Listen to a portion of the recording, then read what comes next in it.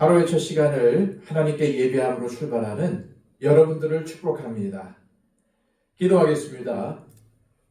아버지 하나님, 간밤에도 우리를 지켜보호하여 주시고 오늘 이 아침에 하나님께 무릎 꿇음으로 예배함으로 출발하게 하심을 감사합니다. 오늘도 주님과 동행하는 복된 하루가 되길 원합니다. 주님, 우리 가운데 내주하시는 성령님을 통해서 하나님의 뜻을 알려주시고 오늘도 주시는 귀한 말씀을 붙잡고 아버지 하나님의 뜻에 순종하게 하여 주시옵소서. 오늘도 우리의 삶이 주님 앞에 있습니다. 인도하여 주시옵소서. 붙잡아 주시옵소서. 오늘도 우리 안에 솟아오르는 육체의 정욕을 이기게 하여 주시고 오늘도 성령님의 인도하심 속에서 하나님께 나아가는 또한 하나님 중심으로 말씀 중심으로 살아가는 우리의 삶이 되게 하여 주시옵소서. 예수 그리스도의 이름으로 기도하옵나이다. 아멘. 다 함께 찬송가 456장 찬양 드립니다.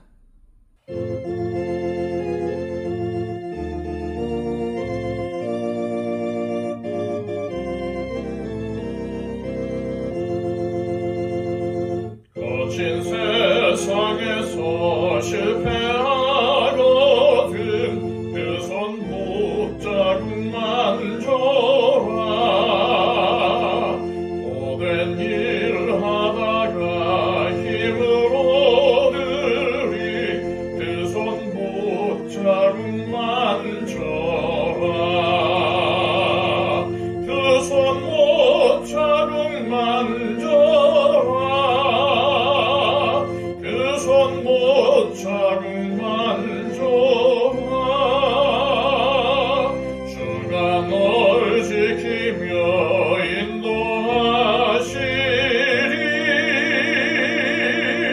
그 손 못자국만 줘라.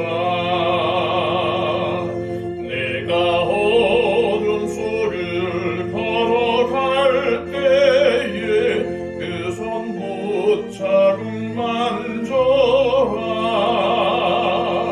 주가 참 평안을 내게 주시리. 그 손 못자국만 줘라. 그 손 못자국만 줘라.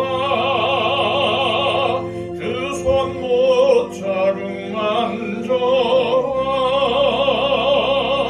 주가 널 지키며 인도하시리. 그 손 못자국만 줘라. 내가 부활의 주 따라가려면 그 손 못자국만 줘라. 내가 주 안에서 길이 살리라. 그 손 못자국만 줘라. 그 손 못자국만 줘라. 그 손 못자국만 줘라. 주가 널 지키며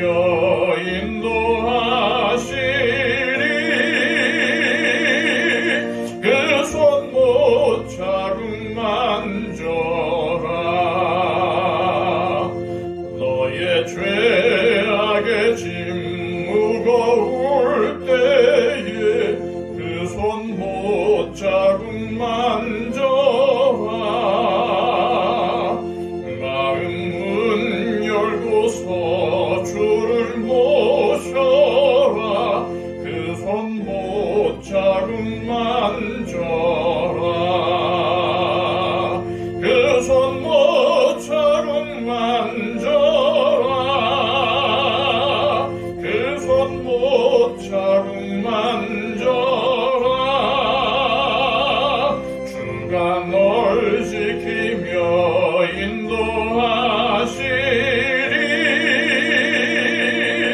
그 손 못자국만 줘라. 이 시간 우리에게 주시는 하나님의 귀한 말씀은 신약성경 베드로전서 1장 1절에서 2절까지의 말씀입니다. 신약성경 377쪽입니다. 예수 그리스도의 사도 베드로는 본도, 갈라디아, 갑바도기아, 아시아와 비두니아에 흩어진 나그네, 곧 하나님 아버지의 미리 아심을 따라 성령이 거룩하게 하심으로 순종함과 예수 그리스도의 피 뿌림을 얻기 위하여 택하심을 받은 자들에게 편지하노니 은혜와 평강이 너희에게 더욱 많을지어다. 아멘. 순서에 따라서 오늘부터 베드로전서를 묵상하게 됩니다. 히브리서부터 유다서에 이르는 서신들을 공동서신이라고 부릅니다. 그러므로 우리가 묵상하려는 베드로전서도 공동서신에 포함이 됩니다. 그런데 공동서신의 초점은 당시에 괴물과 같은 로마가 다스리는 세상 속에서 교회가 어떻게 생존할 수 있는가에 맞춰져 있습니다. 즉, 베드로전서를 포함한 공동서신의 주제가 고난이라는 말입니다. 로마 제국에 의한 박해는 주후 313년 콘스탄틴 황제가 밀라노 칙령을 발표하여 기독교를 공인할 때까지 계속되었습니다. 그러나 고난은 오히려 그리스도인에게 더욱 예수님을 바라보게 했고 교회를 더욱 교회되게 만들었습니다. 따라서 고난은 참된 그리스도인이 되게 하는 자양분임이 분명합니다. 그런데 베드로는 베드로전서를 통해서 교회에 닥친 고난의 문제를 다룸에 있어서 고난 자체에 주목하기보다는 우리가 받은 구원에 초점을 맞추고 있으며 하나님께서 말세에 나타내기로 예비하신 구원, 즉 믿음의 결국은 영원 구원을 얻음이라고 강조합니다. 이게 무슨 의미일까요? 즉 고난의 시대를 견디는 믿음이 참된 믿음이며 그 믿음이 하늘의 간직한 유업을 상속받는 유일한 길이라는 것입니다. 이것을 기억하면서 교회에 닥친 고난의 시대를 믿음으로 승리하라는 것입니다. 오늘 우리가 묵상하는 1절과 2절은 인사말에 해당합니다. 1절입니다. 예수 그리스도의 사도 베드로는 본도, 갈라디아, 갑바도기아, 아시아와 비두니아에 흩어진 나그네. 베드로는 본도, 갈라디아, 갑바도기아, 아시아와 비두니아에 흩어진 나그네에게 베드로전서라는 편지를 썼습니다. 그러니까 이 편지는 받는 사람들이 많았다는 말입니다. 그래서 공동서신이라고 부르는 것입니다. 그런데 여기서 우리가 주목해야 할 단어가 있습니다. 바로 나그네라는 말입니다. 나그네라는 말처럼 그리스도인의 정체성을 잘 드러내는 단어가 없기 때문입니다. 따라서 그리스도인인 우리는 이 땅에서의 우리의 삶이 나그네의 삶이라는 사실을 반드시 기억해야 합니다. 이 세상은 우리가 영원히 머물 곳이 아닙니다. 영원한 천국, 하나님 나라가 그리스도인인 우리가 영원토록 머물 곳입니다. 그래서 우리는 비록 이 세상에 살지만 천국의 언어를 사용하고 천국 법의 지배를 받으며 천국의 문화와 천국 백성다운 말과 행동, 성품으로 살아야 하는 것입니다. 이 세상에서는 나그네로 살아가지만 우리 그리스도인에겐 이와는 전혀 다른 신분이 있습니다. 2절입니다. 곧 하나님 아버지의 미리 아심을 따라 성령이 거룩하게 하심으로 순종함과 예수 그리스도의 피뿌림을 얻기 위하여 택하심을 받은 자들에게 편지하노니 은혜와 평강이 너희에게 더욱 많을지어다. 우리 그리스도인이 어떤 존재입니까? 우리는 하나님이 이미 알았던 존재라는 것입니다. 그래서 우리를 구원하셔서 하나님의 자녀가 되게 하신 것입니다. 쉽게 말해서 우리가 그리스도인, 하나님의 자녀가 된 것은 절대 우연이 아니라 하나님의 뜻에 따라서 된 것이라는 말입니다. 어디 그뿐입니까? 우리는 성령님께서 거룩하게 하신 존재입니다. 성령님께서 우리 안에 들어오셔서 우리를 거룩하게 하시고 또한 거룩하게 살도록 돕는 존재라는 말입니다.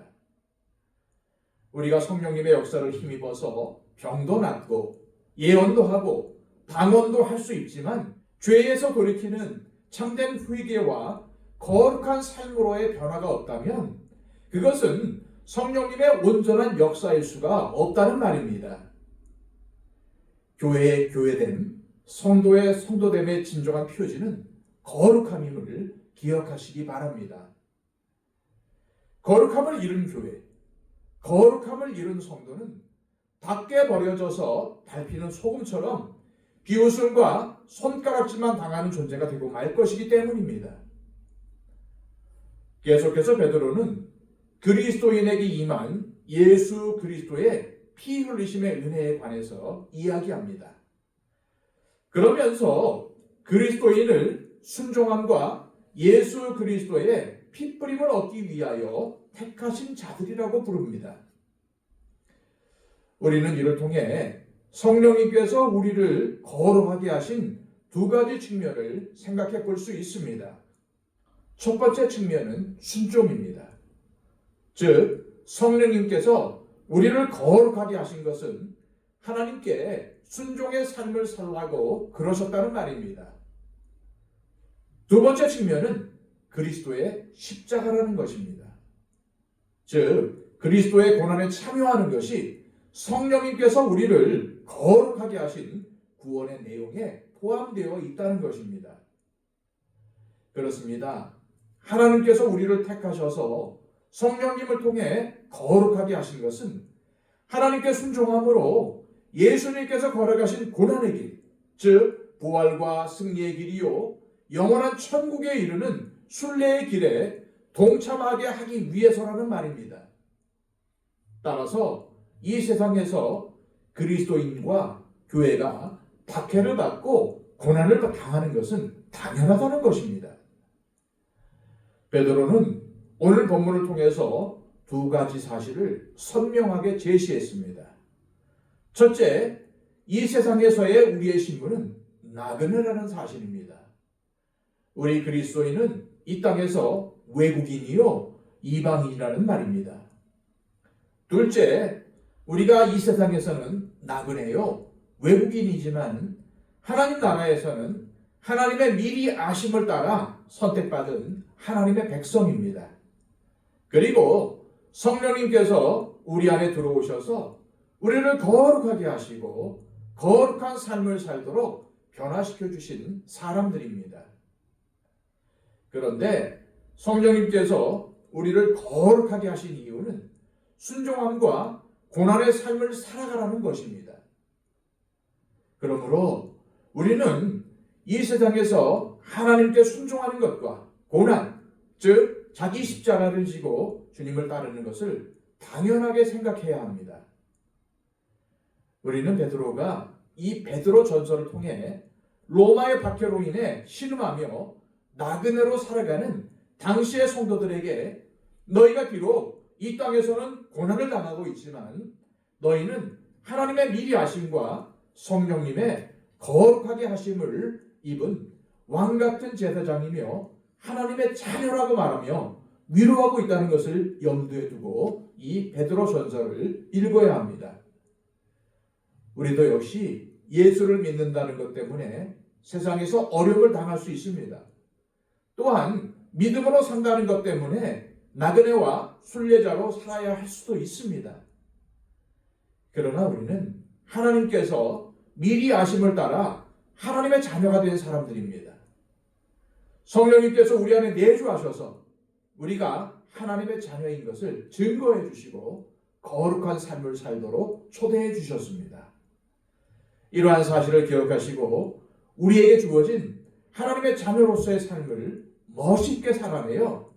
하나님 앞에 섰을 때 칭찬받는 우리 모두가 되시기를 소망합니다.